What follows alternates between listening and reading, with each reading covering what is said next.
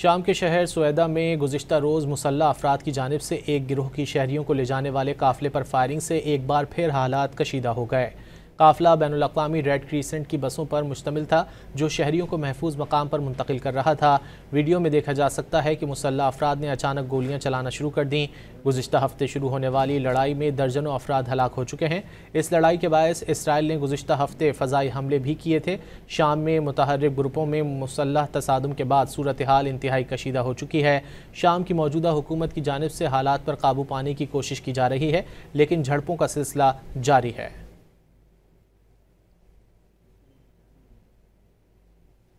शाम के शहर सोएदा में गुज़िश्ता रोज़ मुसल्लह अफराद की जानिब से एक गिरोह की शहरियों को ले जाने वाले काफ़िले पर फायरिंग से एक बार फिर हालात कशीदा हो गए।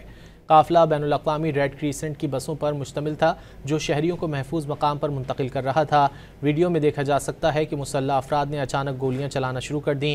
गुज़िश्ता हफ्ते शुरू होने वाली लड़ाई में दर्जनों अफराद हलाक हो चुके हैं। इस लड़ाई के बायस इसराइल ने गुज़िश्ता हफ्ते फ़ज़ाई हमले भी किए थे। शाम में मुतहर्रिक ग्रुपों में मुसल्लह तसादुम के बाद सूरत हाल इंतहाई कशीदा हो चुकी है।